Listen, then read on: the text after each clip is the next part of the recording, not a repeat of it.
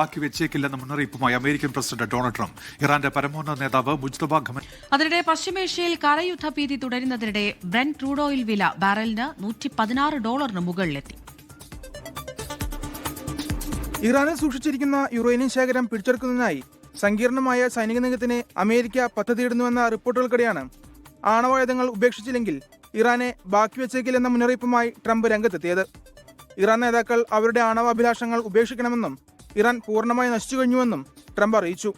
Hormuz കടലിടുക്കിൽ toll പിരിക്കാനുള്ള ഇറാന്റെ നീക്കം അവസാനിപ്പിക്കും.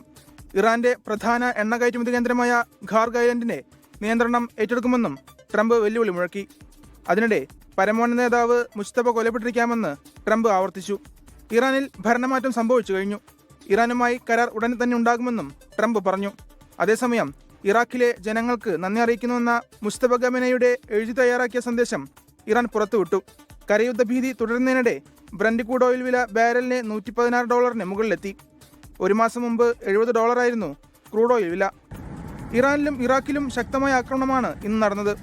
ടെഹ്റാനിൽ വൻ സ്ഫോടനം നടന്നതായി സ്റ്റേറ്റ് മീഡിയ റിപ്പോർട്ട് ചെയ്തു. ഇറാഖിലെ ബാഗ്ദാദിൽ US കേന്ദ്രത്തിന് നേരെയും ആക്രമണം നടന്നു. അമേരിക്കയും ഇറാനും തമ്മിലുള്ള ചർച്ചകൾക്ക് ആതിഥേയത്വം വഹിക്കാൻ തയ്യാറാണെന്നാണ് പാകിസ്ഥാൻ വിദേശകാര്യമന്ത്രി ഇന്ന് പ്രഖ്യാപിച്ചത്. International desk 24.